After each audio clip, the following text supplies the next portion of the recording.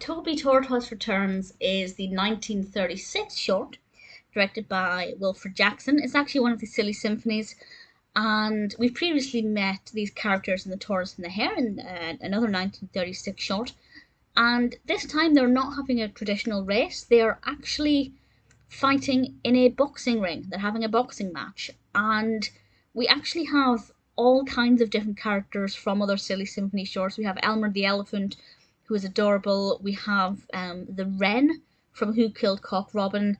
We also have the pigs, and the big bad wolf from the Three Little Pigs. So we have all of these silly symphony characters coming to watch this boxing match, which I think is a really exciting setup. I'm a very big fan of Disney's silly symphony shorts, so this makes me very excited. But actually, I'm not that bothered about the tortoise and the hare. So while there was a lot going on in the background, the action in the foreground, to begin with, wasn't that interesting. But then the hare starts to take more extreme measures to try and defeat the tortoise. And the way the tortoise reacts is pretty entertaining. I don't want to go into too much detail because I don't want to spoil the element of surprise.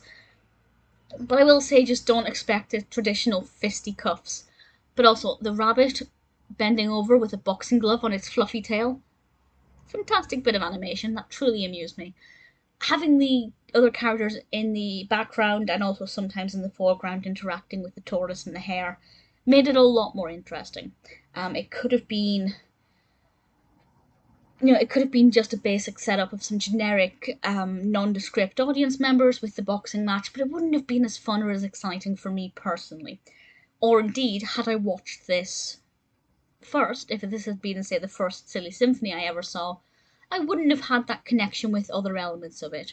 So it's definitely more interesting to watch once you've watched some of the other silly symphonies. It's well animated, the pacing is really good. I think it concludes itself quite satisfyingly. It's never going to be my favourite Disney short, but it's not bad. It's really not a bad short, and it's definitely worth watching.